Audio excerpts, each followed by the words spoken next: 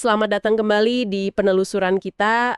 Terima kasih ya sudah berbagi kumpulan informasi yang cukup mendalam ini. Sama-sama.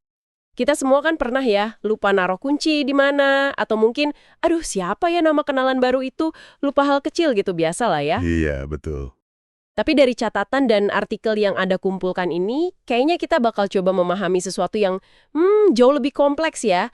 Gimana rasanya kalau ingatan itu pelan-pelan hilang? Mari kita coba telusuri bareng-bareng. Iya, ini memang ada garis pemisah yang jelas ya antara lupa sesekali yang wajar dengan kondisi medis serius di mana memori itu gimana ya, terkikis secara progresif. Berdasarkan riset yang Anda bagi ini bukan cuma sekedar lupa nama orang, tapi bisa sampai ke titik di mana, ya ampun, tiap hari itu kayak mulai dari nol lagi.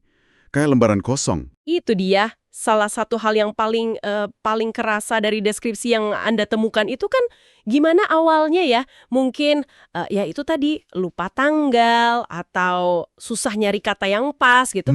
Tapi terus seperti yang digambarkan di salah satu ulasan, pertanyaan yang sama bisa diulang terus. Mungkin dalam hitungan menit udah nanya lagi. Betul, Ngerjain tugas harian aja jadi kayak, wah berat banget gitu ya. betul. Kayak mendaki gunung rasanya. Betul sekali. Dan ini bukan sekedar pikun biasa ya. Ini cerminan dari apa yang terjadi di dalam otak kita. Di otaknya ya. Iya, coba bayangin deh.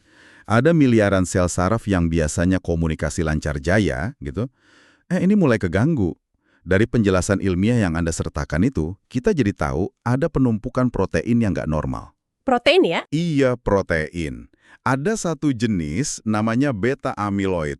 Itu dia ngebentuk pelak lengket gitu di antara sel saraf. Jadi kayak ada sumbatan di jalur komunikasinya. Oh, kayak kabel telepon yang kesumbat gitu ya analoginya? Bisa dibilang gitu. Terus ada lagi protein lain namanya tau. Nah, kalau yang ini, dia ngebentuk kayak benang kusut tapi di dalam sel sarafnya. Waduh, di dalamnya. Iya, jadi ngerusak dari dalam. Kayak kabel internalnya korslet, gitulah kira-kira. Nah, ini yang pelan-pelan mutusin koneksi antar sel saraf dan bikin fungsi otak menurun. Pantesan gejalanya makin lama makin berat ya, karena kerusakannya nambah terus. Tepat sekali.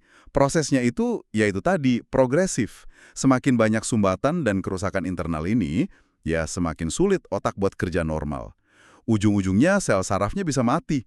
Ini bukan proses hari 2 hari. Angkanya juga, lumayan bikin kaget ya dari data yang Anda kumpulkan itu.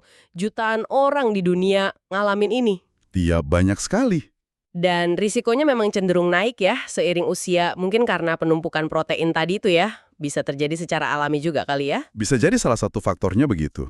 Dan bagian yang paling menantang nih, sampai sekarang kan belum ada obat yang benar-benar bisa nyembuhin total ya. Belum ada ya? Belum.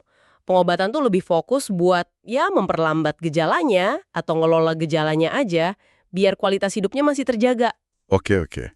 Tapi menariknya nih, ada inovasi dalam perawatan yang Anda sorot juga ya, kayak konsep desa khusus demensia itu. Iya. Itu menarik banget pendekatannya. Jadi, itu bukan rumah sakit, tapi lebih kayak lingkungan yang dirancang khusus supaya penghuninya bisa hidup ya lebih bebas tapi tetap aman dan diawasi.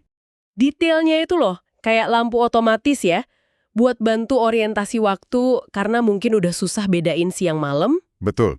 Terus ada pegangan di dinding, lemari pakai kaca biar isinya kelihatan jelas, jadi nggak perlu susah-susah ingat isinya apa. Semuanya dipikirin. Itu nunjukin adaptasi yang luar biasa ya. Fokusnya jadi geser, nggak cuma soal medis, tapi gimana caranya bikin lingkungan yang mendukung kualitas hidup mereka. Tepat. Tapi di balik semua teknologi dan desain itu, ada inti kemanusiaan yang kuat banget yang juga muncul dari salah satu artikel Anda. Cerita tentang keluarga yang rawat orang terkasih mereka. Nah, itu dia. Itu yang paling menyentuh mungkin ya. Iya. Kesabaran keluarga, kasih sayangnya itu jadi kayak jangkar emosional yang kuat banget. Mereka mungkin harus ngenalin diri lagi dan lagi, jawab pertanyaan yang sama berulang kali. Tapi ikatan itu tetap ada ya. Nah, itu dia. Kayaknya ikatan itu tetap ada. Ini seolah bilang kalau hubungan kita itu lebih dari sekedar kumpulan ingatan bareng. Mungkin ada, esensi lain yang ikat kita. Wah, ini benar-benar pengingat ya tentang kekuatan koneksi antar manusia. Meskipun memori bisa hilang, tapi kehadiran, sentuhan, rasa peduli itu kayaknya masih bisa dirasain. Bener. Kayak ada kata bijak tersembunyi di situ ya. Ikatan hati itu kadang lebih kuat daripada ikatan ingatan. Dalam juga ya.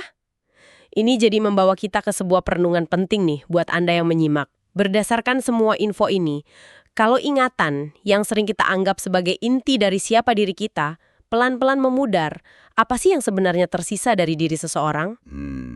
Dan apa makna terdalam dari hubungan kita sama orang lain kalau udah nggak lagi sepenuhnya bergantung sama kenangan bersama? Nyimak penelusuran kita kali ini, semoga ada manfaatnya ya. Semoga. Jangan lupa tunggu pembahasan kita selanjutnya.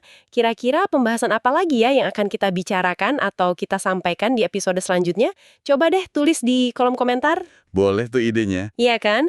Jangan lupa juga like, komen, dan subscribe untuk mendapatkan info atau pembahasan lainnya. Sampai jumpa di penelusuran berikutnya.